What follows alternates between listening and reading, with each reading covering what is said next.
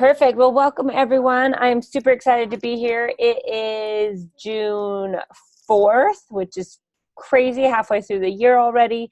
But I am super excited that we have special guests with us today, Heather Shipley. Heather is a 7-star diamond coach, and she's someone that just kind of came on the map last year and absolutely crushed it. Hit elite within her first year and just did all of the things. So I'm excited to pick your brain.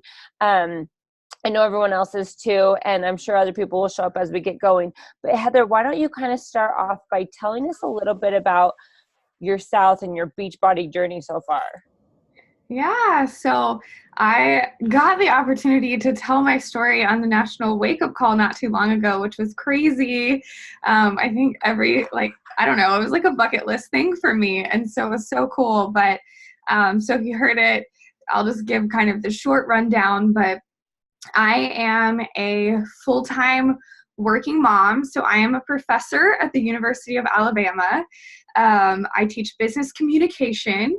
So my schedule is like the days that I work, I'm working very long hours. So 2 to 3 days a week, I work really, really long hours. And then the other days of the week, I get to kind of mom it. So that's why I'm in my bathing suit. And so I get to live a little bit of both of those things. But kind of my story and how I got into Beachbody is, growing up, I just never really had an example of health in terms of the females in my family. It was quick fixes, bad diets, and I had an eating disorder in college.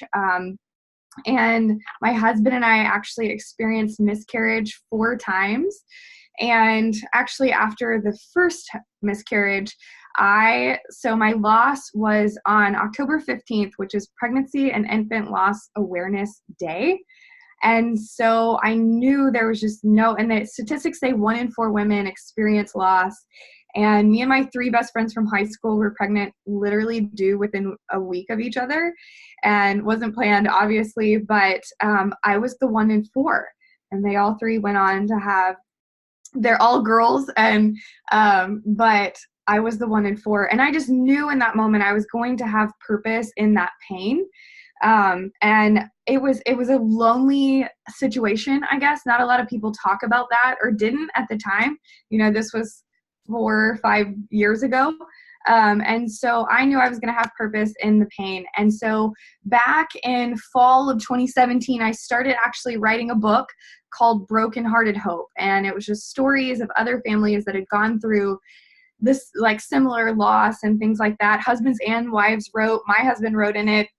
But as I was finishing up the book, my daughter's Sunday school teacher posted somebody's ultrasound and their story from their heart about their miscarriage. And it was just about like celebrating life, no matter how small. And I read this girl's story, and I was like, and at the end, she said, if this speaks to your heart, feel free to share it. I wanted to share it in the book. And so I was like, all right, I've got to reach out to this girl and ask her. Well, as you guys, some of you may know, it was Emily Favre. And so I texted him, and I was like, or messaged her on Facebook and was like, hey, I'm writing this book. Would you be willing to share your story in that? Never thought I would hear back. And I heard back from her almost immediately. She said, absolutely. And her story went in the book. She was the second to last chapter in that book. And so we connected through not Beachbody, not fitness, not health, but through our experiences and our loss. And so I watched her. She was in the 80-day obsession test group. I watched her post her side-by-side Sunday pictures every Sunday. And I could see, I don't know if you guys, maybe your coach, in her before picture, I was like, my body kind of looks like that now. And then her after picture, I was like, okay, I want to look like that. But more important than the body transformation was her eyes. Like, I just remember, I feel like the eyes are the window to our souls. And I just remember watching in her pictures, like this light and confidence was just coming back to her eyes. And that's what I needed in my life. And so I reached out to her and I said, tell me about this 80-day thing, but don't ask me to coach because I've done it before. So I didn't share that on the National Wake Up Call, but I had coached once before when my daughter was like 1.5 years for less than 30 days, y'all. Like, I got the DVDs, paid the $39, and life happened, and I was like, my husband actually lost his job. And so anyways, we buckled down and I walked away. So second time's a charm, I guess. But I just watched her do the 80-day journey, and she showed me what showing up could do really for your body. I didn't even know. And you remember I told her, don't ask me to coach. And so I was totally against it. I was a shake skeptic. Like, I wasn't going to do any of the things, but I did show up for myself because I knew, and I ghosted Emily for like 4 months. And also didn't share this on the National Wake Up Call, but I did not get a challenge pack. I was one of those really annoying people that went on the Beachbody On Demand or the website, right? I had to do my own thing. And even though she told me about all the things, I bought bands on Amazon and got the 2-week free trial. And so I was the most annoying. And so Emily is super patient, thank goodness. And so she just gave me all the grace. But I said I ghosted her because 80-day obsession you couldn't do pregnant, right? And so in the midst, I kind of shared this on the Wake Up Call, but in the midst of waiting to do 80-day obsession, and I was going to sign up, I wasn't going to sign up, I continued to get pregnant, and we had 2 more losses in between the time that I contacted Emily and when I actually started 80-day obsession. So I had my 4th loss on January 11th, 2018, and started 80-day obsession January 15th. So I really don't even know that my body was probably ready for it, but my mind was. And so I had just made up my mind I was going to follow that program, and I did to AT, timed nutrition, the workouts, everything. And somewhere around day 40, I was like, this is a gift and I have to share this with other people. I don't have the time, like, all the things we all say, I'm busy, I'm a mom, but I was like, this is a gift that must be shared. And I had already, Emily actually encouraged us to share our journey from day 1. So I had started sharing day 1, day 2 with my daughter. She would be beside me, and she did the workout. She loves Miss Autumn. She thinks she's tougher than Miss Autumn. She'll be like, I'm lifting heavier than Autumn today. I'm like, oh Lord, okay. So her name's Brinley, and I'm sure one day she'll try to pitch a Beachbody by Brinley program. So just wait for it. But we showed up every single day, and I just knew, and people had watched that, and I did all the things that they say not to do with coach. Like I was Shakeology this and said the program name, and my lighting was horrible and all of that. But I just shared the journey and then knew it was a gift that I had to share with others. I absolutely love it. I love the story. I love where you're at. And I love, like, seriously what you've been able to do too. So, okay, guys, what questions do you have for Heather? I have some as well, but I'll let you guys kick it off.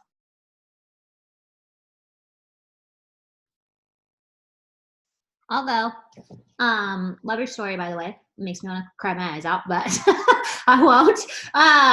So she said you went elite in your first year. What do you think was the driving force for that? And I mean, building a team of business builders in your first year is something most people don't do. So what do you feel like helped you do that and helped your team go for elite? Yeah. So when I decided that I was like, okay, this is a gift and I have to share it with people, my team name is Faith Over Fear. And I just hit the ground running. And I was like, and I don't know if it's because of what I've been through or it's just I have one of those like all or nothing personalities. So when I set my mind to doing, when I'm like, I'm going to write a book or I'm going to be a coach, like I do whatever I say I'm going to do. And so I just did, that's the number one thing is mindset. Like I didn't sit in the fear. I wasn't second guessing myself. I literally, and I had the momentum of Emily and Ashley and just like, I had all these, but I looked at other coaches that I respect with Beachbody outside of my team. And I was like, what are they doing? And to me, it was like, they're all confident and they're all sharing this, like the gift that it is. And they're not worried for me. And I think I said that on the National Wake Up Call.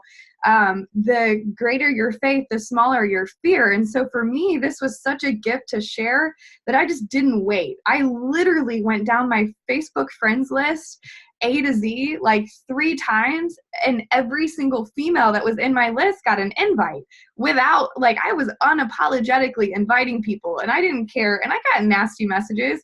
And I live in a small town in Alabama. Like, women talk. And I was like, I don't care. Like, say what you're going to say about me, but this is changing my life. And most of those women that had things to say have joined me now. And some of them are coaches on my team. And so I just hit the ground running. I hit 2-star in 56 days, which it's like now, look, like, I didn't know any better. Like, I just thought it's what everybody did. Like, Emily and Ashley said jump, and I was like, okay, how high? I just did the things that people say to do. And so that's what I encourage my coaches to do, because I think we overcomplicate it, and you don't know that it's hard unless you tell people that it's hard. So for me, I was like, 2-star in 56 days, like, no prob, you know? And so I had one of my best friends, we just ran together and we invited our little hearts out, and we did it, and we ran together. And so, and I've had, like, my journey hasn't been easy. I mean, I got to the 2-star, and then she moved and got pregnant and completely decided to walk away. And so I've had to rebuild. So in that year, like, yeah, 10 months to elite sounds sexy, but it was hard. I had to rebuild at least 2 to 3 times from ground zero. And so I've just been relentless in my pursuit of, this is a gift. And there are women that not just need the Beachbody solution, but like coaching in their lives. I feel like my mindset, my mental strength now as a coach, I would have quit 80-day obsession around day 45 if I hadn't become a coach, like, no doubt. And so, and it's hard. I mean, I'm not going to sit here and paint the picture like elite in 10 months was easy. I mean, I send 80 to 100 invites a day. I mean, on Monday through Friday. I mean, I invite like it's my job. And so inviting and just knowing that you're going to have people come in and out and not let it defeat you. Like, there are going to be coaches that come in. I've had coaches go diamond in 30 days and then a week later drop and fall off the face of the earth. And it's like, you know, I just have to stay true to, you know, I've seen Emily hit it. Like, Emily had her successful year, her 4th year. But like, if you look at her years 1 through 4, like, you know, girlfriend was hitting Success Club, and she'll be the first to tell you. And so while I had a good first year, I'm in it for the long haul. And so it's just like, you know, you get knocked down, but I'm going to continue to get back up again and up again. But I think I feel like my superpower is inviting, consistency, and mindset.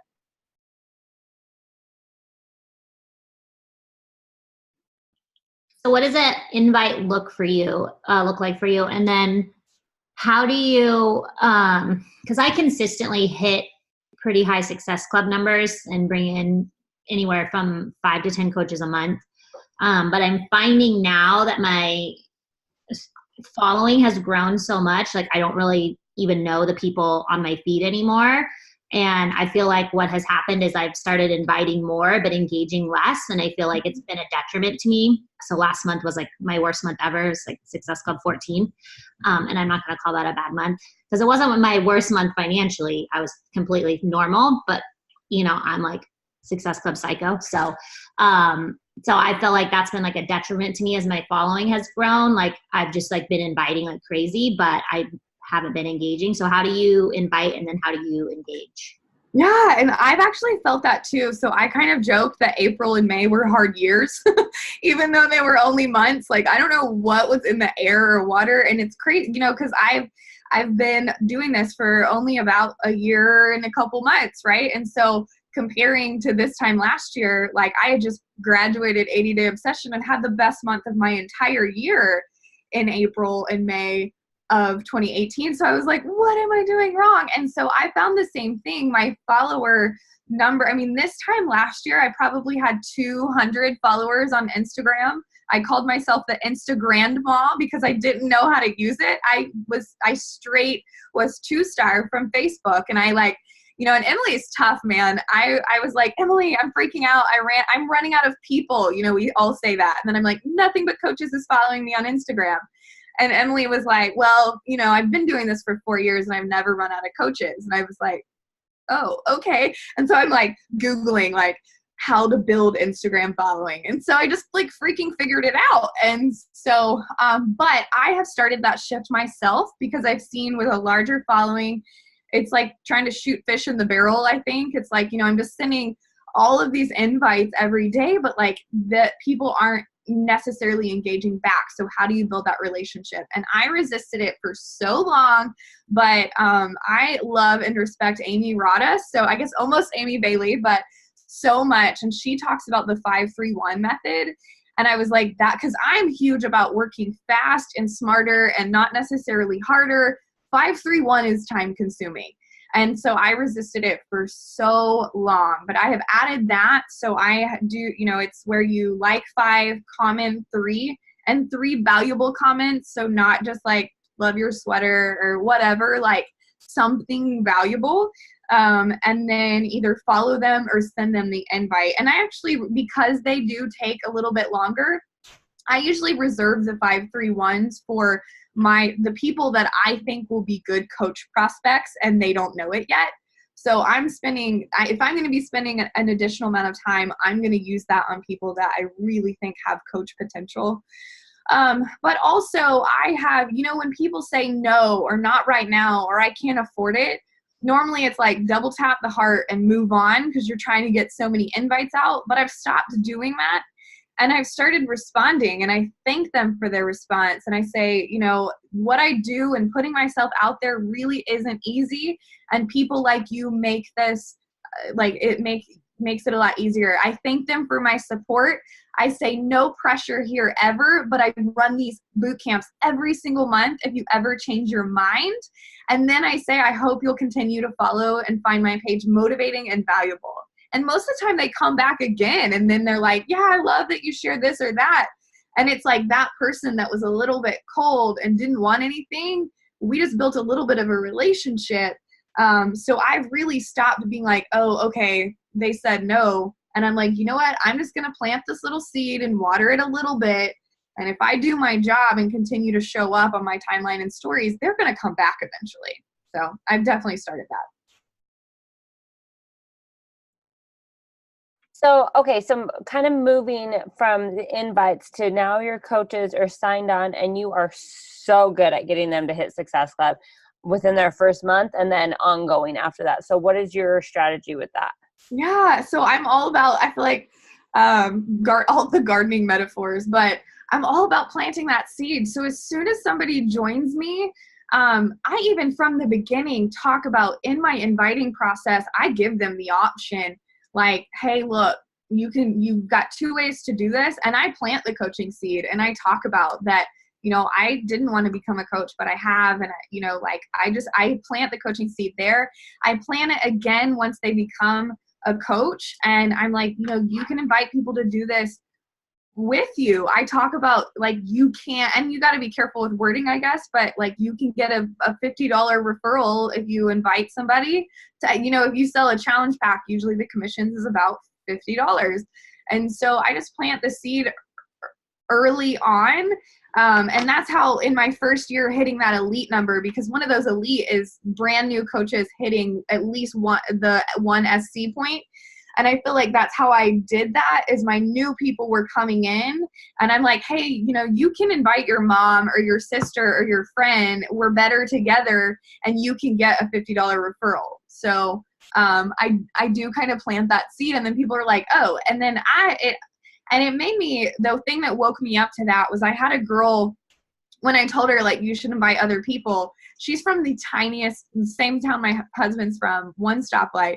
And she invited her mom, her sister-in-law, the secretary where she works and like something else and was like Ruby in her first day. And I was like, who are you? And so I'm like, you need to become a coach. And so it gives people that early confidence too. Like, hey, and then they see that, I guess your first paper check comes in, there's power in that paper check.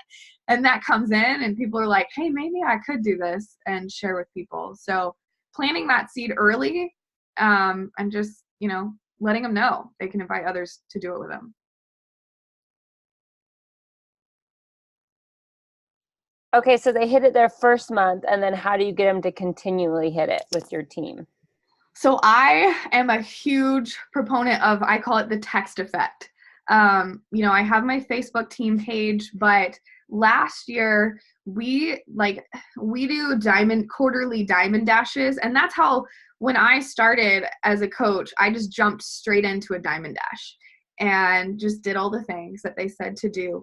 But I noticed with my girls, I think it's a blessing and a curse, the rate that I've grown, because I feel like I do have people that join me that want to see that fast success. And then they're like, oh, this is work. And so in the diamond dashes, I would pop maybe one diamond here or there. But at the end of the year, I was just honest with them. I went to leadership we had dropped, and I went to leadership as Emily's guest. Dylan was deployed as a 1-star. And I was like, I want to be back here next year on my own merit and not as a guest. And so I was just really motivated, and I came back and was honest with my team. And I just said, if we want to be an elite team this year, this is our last chance. People would pop 1 or 2 here from the diamond dashes. I said, we have to do this together. We have to hit and hold. And so I was like, what's going to motivate you guys? So I put them in a text strand, anybody that I felt like had that diamond potential. And we talked about a trip incentive. And so we started dreaming big. And I was like, I was going to do a trip to Florida. And that didn't seem to motivate them. So I'm like, what's going to motivate you guys to do this? So I put it on them. Like, where do y'all want to go? And they said Disney. And I was like, I'll take y'all to Disney. Just hit diamond and hold. I'll take y'all to anywhere. Just let's do this. And so I put them in a text strand together, and we literally every day, I don't know that the business activity tracker was out then. I had a slay the day, but we just did trackers every day. And my husband was the one that shifted my mindset, because I was starting to get frustrated, because I'm like, I'm sending 80 to 100 invites every day, and I'm doing Success Club 70, 80. And they say that your team's going to do half of what you do. But I had one person doing half, and then everybody else not doing it. And my husband said, he's an accountant, very analytical. And he said, instead of telling them what to do, because I can be bossy as a teacher. He said, instead of telling them what to do, why don't you show them what you are doing? And I was like, you're so right. So I got in the text strand with them, and I had my second CBC that I needed to build to diamond. And so I was just honest with them. I said, hey, look, all of you guys I did a graphic, the little diamond roadmap for the team, and had the, 7 up there. And I just said, I'm behind all of you. I'm building from ground zero. You all are ahead of me. And so I'm in this with you. And so we got in that text strand, and we just every day, this many invites we did, and we just kept checking in. And then we would do solid by Sunday. So we would post that diamond roadmap on Sunday. There was a ton of visibility and accountability. And I think even myself, I don't want to post my diamond roadmap on Sunday if I don't have any change from last week. And so there was and we ended up, I never dreamed, I was like, okay, we just needed 5.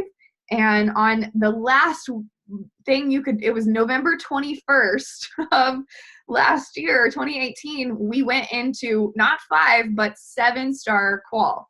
And I was like, there's no way that we are going to do, I was like, okay, now we just got to hold on for dear life to get out 5 at the end of the year. I was like, okay, whew. And there was a point in time where I was like, well, maybe we can just this is great. I've already had a great year. We'll just do this next year. Right. And they stayed in 7 strong. And there were weeks where it was 10:59 p.m. Central Time, and somebody would sell the challenge pack and scoop back in. But anyways, we held it 7 strong, and it was the text effect. And so now I have a coach mentorship. When people come in, I do my sneak peek the very beginning of the month, and then the very next week after the sneak peek, I do a getting started right and a push to emerald call, and then put them in a text strand. And so I treat them, again, I think it comes from being a teacher, but I treat them kind of like a cohort, and I give them an assignment, like, you guys together are going to run a challenge group together. And then they're kind of like, I don't know, I was a sorority girl, so like pledge classes, and there's this sisterhood and bonding, but I think there's power in community. So getting them in those text groups, and also keeping the tone positive, because when you get a negative Nancy in there, it's not a good thing. So just accountability and positivity and putting in the work. So good. Okay, guys, do you have any questions? Amanda, do you have any? We good? Danny, do you have any more? Again, just like, what do you say in your invites? So my invite, I think in the Beachbody of Champions page, I did an action hour where I actually gave my formula for my invite. And I'm pretty sure I shared my exact invite in there. But you think, first off, it's kind of the PBJ method, but not all the way. I don't like giving people an out. I'm like, you're going to join me eventually. So I'm nice, but I like to keep it confident. And so I thank them for following me. I tell them what I'm about. And so I'm hesitant to read mine because mine's not going to work for anybody else. But for me, if you go to my page, I'm all about faith, fitness, and getting healthy from the inside out. And so mine says that. I don't word vomit on Instagram. It's only like 10 lines. You're used to. I think you can do more now. But back in the day, you could only do 10 lines on Instagram. So my Hey Girl is super short and sweet. I just thank them, tell them about I don't know if you've seen my faith and fitness journey, and that I really love I keep it really short and simple. And Emily does the same thing. Like, I know sometimes, like, Emily will send me what she sends, and I'm like, that really can't work. Does that work? And obviously it works because, whatever. But just short and sweet and super positive. So check out that in the Champions page, my formula for creating your own Hey Girl. Awesome. Well, seriously, Heather, thank you so, so, so much. You crushed this call. You did so good. I got so much notes from you. We really appreciate it. Stace, we were just about done. Do you have any questions? It's recorded. I'll post the recording. I'm such a nerd. No, I'm so late. Thank No, you, though. I'm so excited to watch it. Thanks, Heather. Thank you. Thank you, Heather. Thanks, everyone else. I'll see you next week. Bye. Bye.